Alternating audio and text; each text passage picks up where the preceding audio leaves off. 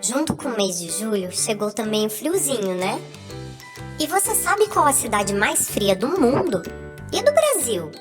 E sabe como era a temperatura do nosso planeta ao longo do tempo, através das eras? Vem com a gente nesse vídeo que a gente vai te explicar. O título de cidade mais fria do mundo é uma competição gelada entre Yakutsk e Oymyakon, ambas da Rússia. Yakutsk tem uma população de cerca de 310 mil pessoas e temperatura média de 8,8 graus negativos. No inverno, as temperaturas podem atingir menos 38,6 graus, enquanto no verão são bem mais amenas, de cerca de 19 graus. A temperatura mais baixa já registrada foi de menos 64,4 graus Celsius. Já a cidade de Oymyakon tem uma população que varia de 500 a 900 pessoas. As temperaturas são extremamente frias durante quase todo o ano. A média no inverno é de menos 50 graus Celsius. O verão é mais quente e ameno, com temperatura média de 15 graus. Oficialmente, a menor temperatura registrada lá foi de menos 67,7 graus, mas na cidade há placas constando que já chegou a gelados menos 71,2 graus Celsius. Então, no fim, Oymyakon leva o título de cidade mais fria do mundo, porém é um pequeno assentamento, mesmo que permanentemente habitado. Por ser uma cidade grande, com mais de 300 mil habitantes, Yakutsk é considerada por muitos como sendo a mais gelada na Terra. Já aqui no Brasil, mesmo as cidades mais frias têm temperaturas bem mais amenas. Urupema, localizada a mais de 1.300 metros de altitude nas serras de Santa Catarina, tem temperatura média mínima anual de apenas 8 graus Celsius. Até mesmo no verão, a menor temperatura pode ser negativa por lá. A mínima registrada na cidade nos últimos 10 anos foi de menos 9,4 graus em 2019. Essa pequena cidade, de apenas 2.500 habitantes, é então considerada a mais fria do país. Mas será que sempre tivemos invernos e temperaturas rigorosas e extremas assim na Terra? No seu surgimento, há 4,6 bilhões de anos, a Terra possuía temperaturas muito elevadas, com rios e mares de lava e poucas massas de terra. Um verdadeiro cenário de filme. Ao longo do tempo, a Terra se esfriou lentamente e sua temperatura passou a variar de acordo com dinâmicas climáticas ocorridas em cada período, como vulcanismo, movimento dos continentes e abalos ecológicos e biológicos, que desencadearam uma verdadeira variação climática ao longo do tempo.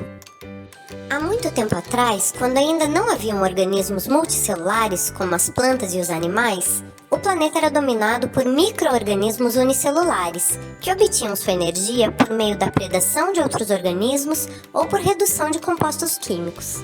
Mas há cerca de 2,4 bilhões de anos, surgiu um pequeno grupo de micro-organismos capazes de realizar a fotossíntese.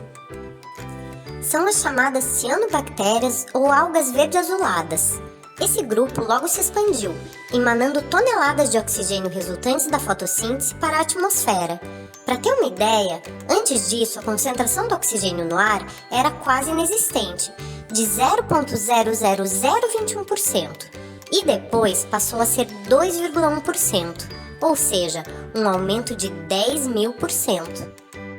Isso ocasionou um efeito estufa inverso, abaixando drasticamente a temperatura global.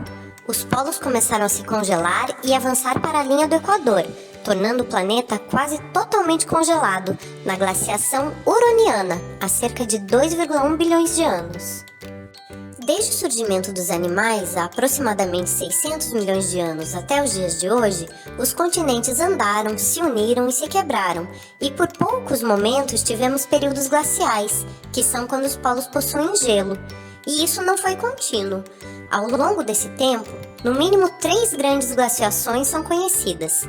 Uma no final do período Ordoviciano e início do Siluriano, outra no final do Permiano e início do Carbonífero, e a mais recente no Cenozoico, nos últimos 34 milhões de anos. Sim, a Terra esteve coberta por gelo em poucas ocasiões, e atualmente vivemos uma delas. Cada glaciação possui um motivo ecológico-geológico para ter ocorrido. A do final do Carbonífero, por exemplo, foi em decorrência do aumento do oxigênio atmosférico pela formação das primeiras grandes florestas no período. Isso proporcionou, novamente, um efeito inverso ao efeito estufa, diminuindo a temperatura global e proporcionando a glaciação. Nessa última glaciação em que vivemos, o clima nem sempre foi constante, e mudanças climáticas mais frias e mais amenas formaram ciclos ao longo do tempo. Isso é bem evidente nas variações climáticas do Pleistoceno.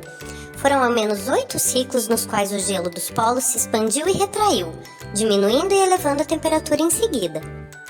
O último máximo glacial se iniciou há cerca de 110 mil anos atrás e terminou há 15 mil anos. Esse evento é aquele que aparece nos filmes A Era do Gelo.